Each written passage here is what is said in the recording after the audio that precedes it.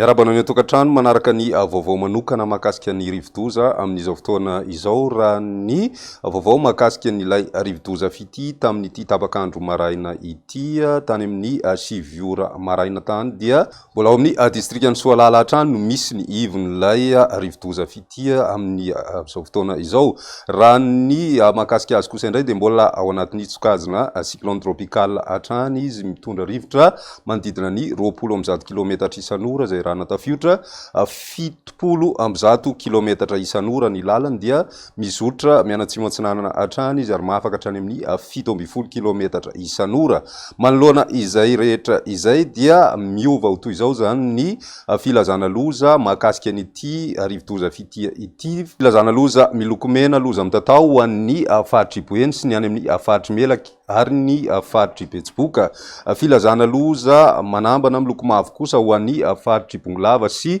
Analamanga ary filazana loza fanairana miloko maitso ho an'ny faritry Tasy Alaotra Mangoro ary ny distrikt Anambatolampy. Raha ny sary hitantsika amin'ny zana-bolana izao misy ny orana izay raona niaraka amin'ilay rivodoza ihany koa ho an'ny faritry Sofia na faritra maro ihany koa zay ny faritra Atsinanana efa ao anaty izay ihany koa ka manoloana izay dia entana hatrany ny ponina amin'ireo toerana voakasika ny rotsakorana eo ihany koa moa nazo an'ilay filazana loza mahakasika an'ity rivodoza fity ity mba anaraka ny toromarika izay omen'ireo manam-pahefana isa-tokony isoroantsika ny loza izay ateraka ity fandalovana ity rivodoza ity eo ny fiakaran'ny rano sy ny mety fitsahan-tany ao anatin'izay. Ny mpampiasa ranomasina ihany koa dia mbola tsy azo atao ny miandrika ho an'ny amorontsiraka avaratra andrefa Madagasikara iny manomboka ny mainty rano zany ka hatrany amin'ny distriktany Soalala mandrapahalasa ny loza tanteraka moa dia mbola somary mafy ny onjan-dranomasina ny rivotra ihany koa mbola mafimafy ao anatin'izay. Ho an'ny faritra Atsinanana kosa manomboka ny tolakandro